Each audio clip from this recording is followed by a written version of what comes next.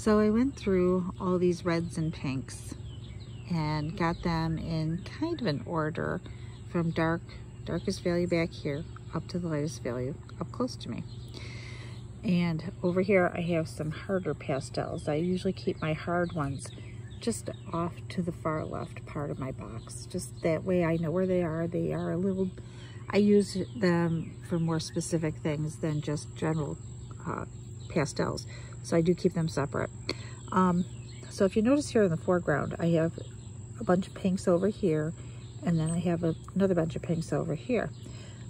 These are cooler pinks. I like to keep the cool ones together and the warmer pinks off to the side closer to orange.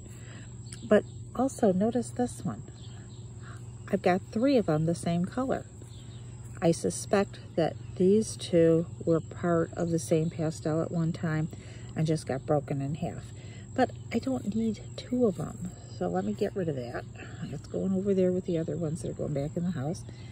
And this one is very close in value and color. So much so you probably can't see the difference. I can't either, honestly. I think they're about the same color. But I would keep both of them because one is harder. This is a softer pastel.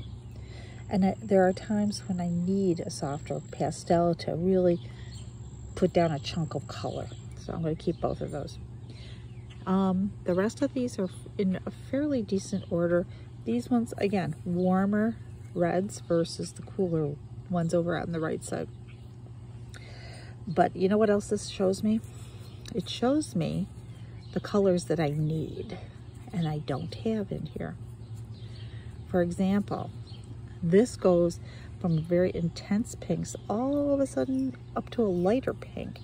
I don't have anything in between, and I really should have something in here that would, I'll pull this back and give it some space, that would help that transition. So I'm going to have to either look into one of my other pastel boxes or possibly go to the store to buy more.